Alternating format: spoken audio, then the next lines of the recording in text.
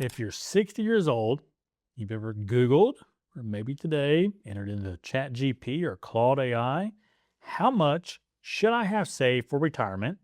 I want to save you from making a huge mistake because a number you find could either scare you for absolutely no reason or may give a false sense of confidence. Because I've met people with $400,000 saved who retired comfortably, while also I've met people with over $2 million who were terrified there's no way they could retire. Now, how is that possible? Because average retirement savings is one of the least useful numbers that you can look at. There are four numbers that matter far more in understanding this calculation. Once you understand them, you'll probably stop comparing yourself to everyone else because you'll have a better grasp of your own situation.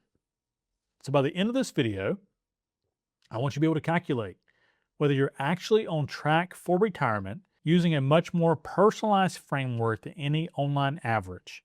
And if you like help building this type of plan around your own situation, we've helped hundreds of families do exactly this. And you can schedule a call at any point using the link below, and we'll help you connect all these pieces together. Because wealth management and retirement planning is not just about investments, but taxes, Social Security, retirement income, healthcare, and estate planning as well. So let's start with the biggest misconception. Most retirement articles love headlines like the average 60-year-old has saved, or you should have 8 times your salary by age 60. Now, these numbers make great headlines, but they can also make terrible retirement plans. Why? Because retirement isn't determined by how much someone has saved. It's determined by how much you actually need. Let's take a moment and think about two neighbors. They're both 60 years old. They both have saved exactly $900,000 for retirement. So from the outside, they look financially identical. Now, one spends $55,000 per year. The other spends $140,000. One has a pension, the other does not. One's going to delay Social Security benefits until age 70, the other's going to claim benefits right away. One still owes $350,000 on their mortgage. One still owns their home free and clear. So they have the same retirement savings, but they will end up with completely different retirement outcomes. So that's why averages can actually distract you from asking the questions that matter most. Instead of asking, how much should I have?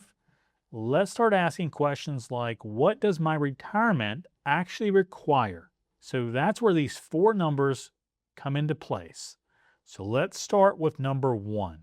Let's know what you own. And so let's think about it in these terms. Most people think they know their finances until something situation-wise or someone asks them to write everything down that they have. Suddenly, they may think about this old 401k that may still be around. There was an IRA they used to be able to online access. There was a brokerage account as well, but they can't quite recall the balance. Now, that's not quite a retirement plan. What we want to put together is known as our personal balance sheet. Now, it can sound simple, but just as I used as an example there, oftentimes it's hard to come up with all the different things that may be on this balance sheet. It can be your cash, like checking and savings accounts. It can be your investment accounts that aren't in retirement. It can be your retirement accounts, like IRAs, 401ks. Maybe you have Roth accounts. Maybe you have some business interest or trust. And then do you have anything that you owe as well? So how about your mortgage, your auto loans, your credit cards, anything else that's a liability?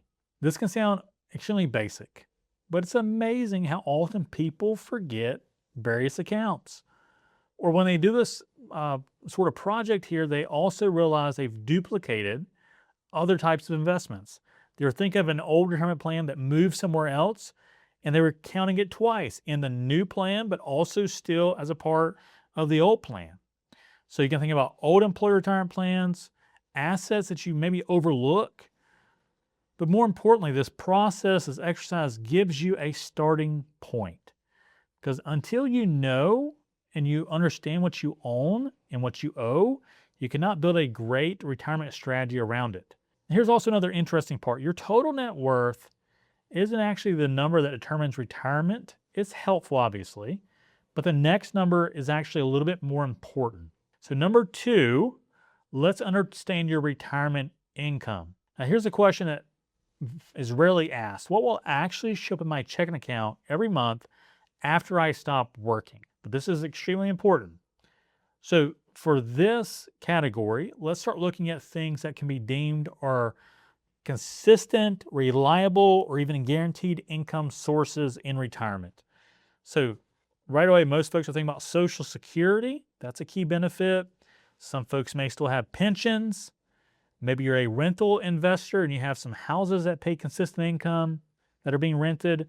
Perhaps you have a guaranteed income annuity that also pays you income. Now, there's other income sources that could also factor into this, but for now, let's not factor in anything from our investments that could be changing, like capital gains, appreciation, dividends, and interest. Now, we'll come back to that in just a moment. But next to this, guaranteed income sources, let's understand what would be our retirement expenses. So here we're looking at housing cost, healthcare cost, insurance, food, obviously, travel, entertainment, and how about the dreaded income taxes? Make sure you always factor in fun stuff and don't underestimate these various categories for your expenses.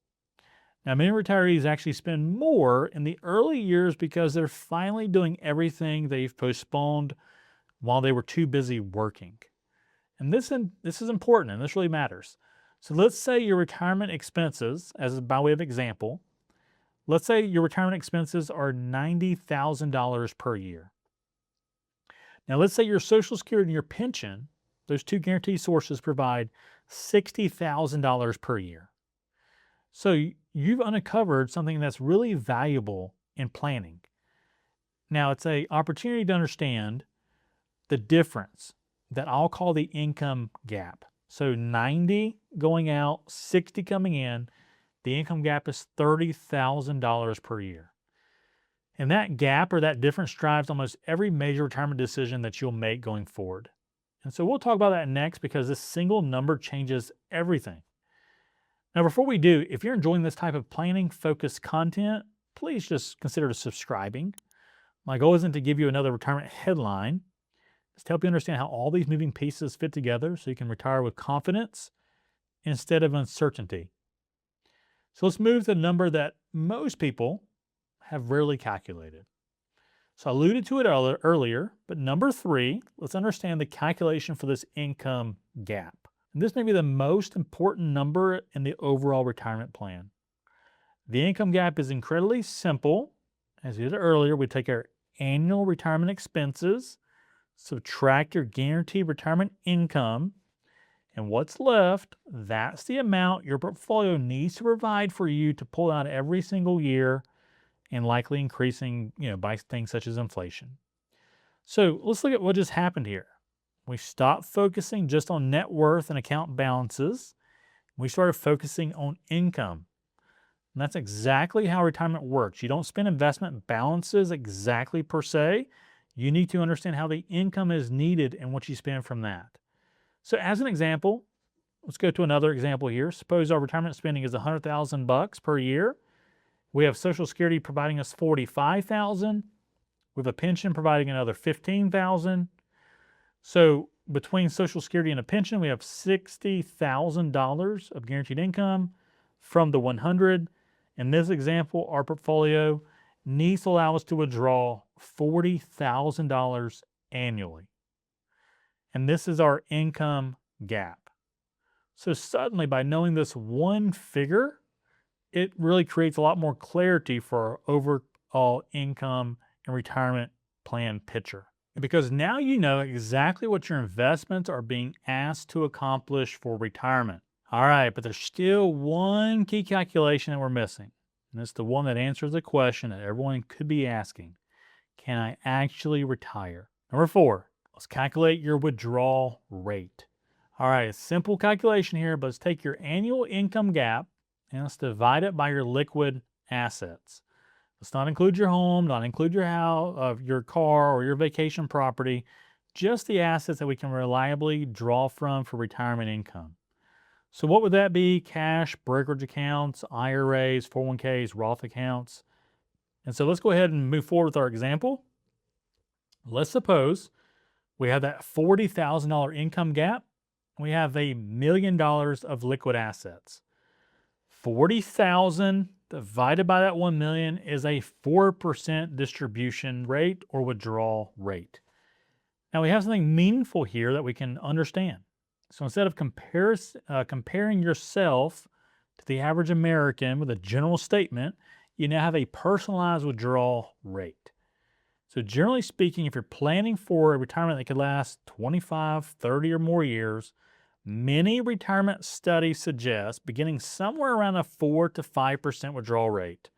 That figure or less can be a reasonable starting point to give you long-term sustainability in retirement.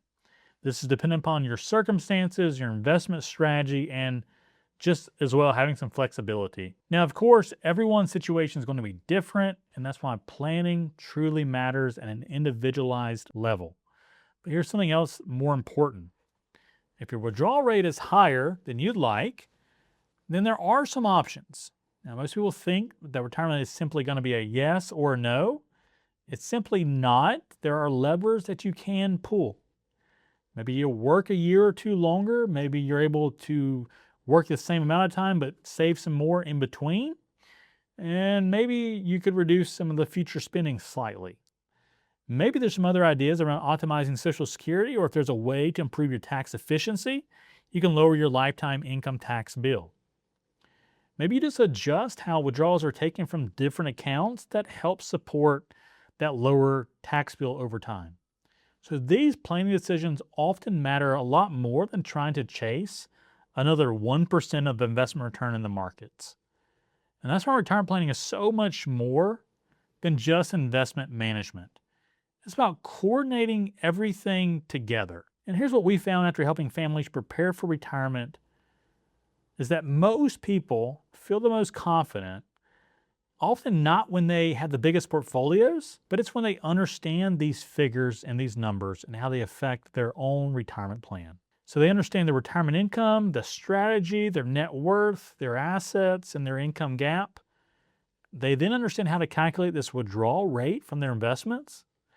And once all these numbers become clear, the rest of the planning process starts to make even more sense. You can optimize for taxes easier. You can decide when to claim Social Security appropriately. You can determine if other tax planning ideas like Roth conversions make sense. You can determine how to coordinate Medicare decisions appropriately.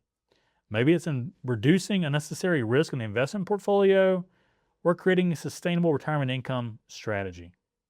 So instead of making isolated financial decisions, everything becomes integrated and starts working together. And this is the approach that we use with clients every day at Cornerstone Wealth Planning, as we are a team that includes many CFP professionals, fiduciary advisors, CPA, enrolled agent, and even a state attorney who all work together to connect all the moving parts of retirement planning. Because retirement isn't just about investments, it's about integrating all this together. Taxes, income planning, Social Security planning, your healthcare decisions, and estate planning. And also being sure to coordinate everything as well, like behavioral coaching, into one cohesive ongoing strategy. If it's ever beneficial for you to speak to someone about creating this for your own overall retirement, then please click the link below, and our team will be glad to have a conversation to help you understand how these pieces all fit together for you. So thanks for watching. I'll see you in the next video.